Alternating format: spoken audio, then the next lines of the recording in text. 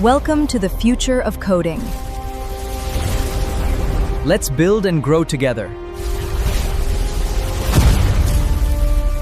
Channel code with Subbu. ఈరోజు మన ఛానల్‌లో మెషిన్ లెర్నింగ్ రోడ్ మ్యాప్ గురించి తెలుసుకుందాము. ఈ మెషిన్ లెర్నింగ్ రోడ్ మ్యాప్ గురించి మల్టిపుల్ పీపుల్ అనేది కామెంట్ చేశారనమాట.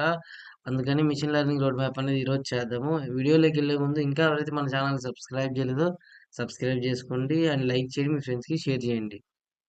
ఓకే. ఇంక మనం వీడియోలోకి వెళ్ళిపోదాం.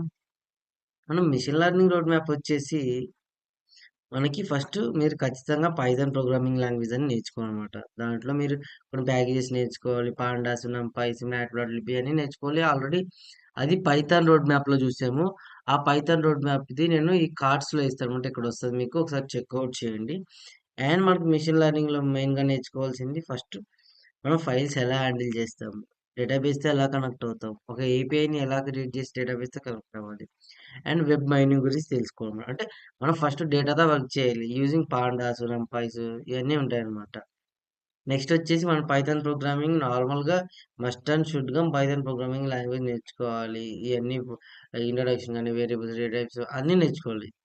దాని తర్వాత వచ్చేసి మన డేటాని ఎలా ప్రాసెస్ చేయాలి. మీరు ఖచ్చితంగా మీరు నేర్చుకోవాల్సిందేంటంటే మ్యాథ్స్ అనేది కొంచెం మీకు వచ్చుండాలనమాట.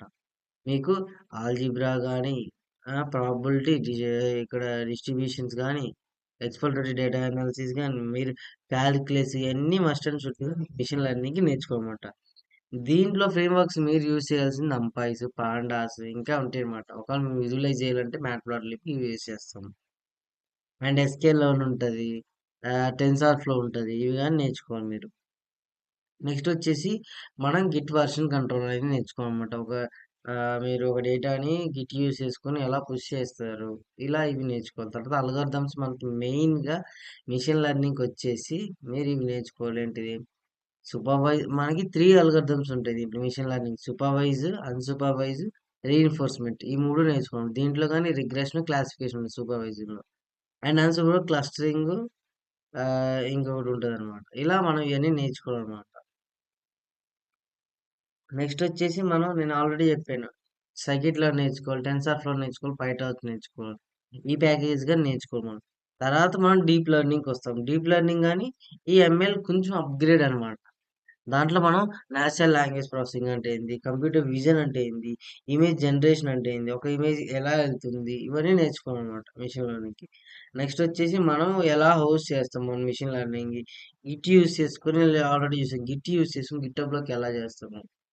అండ్ ఇవన్నీ ఆటో ఎంఎల్ గాని, హగ్గింగ్ ఫేస్ ఎలా చేస్తామని చూడాలన్నమాట. ఇదే మనకు మొత్తం ఒక మెషిన్ లెర్నింగ్ నేర్చుకోవాల్సిన రోడ్ మ్యాప్ అనమాట. ఓకేనా?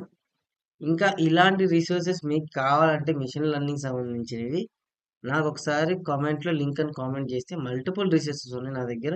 అవి మీకు షేర్ చేస్తాను. లింక్ అని కామెంట్ చేయండి. ఇంతే అన్నమాట మనకి మెషిన్ లెర్నింగ్ రోడ్ మ్యాప్ అనేది.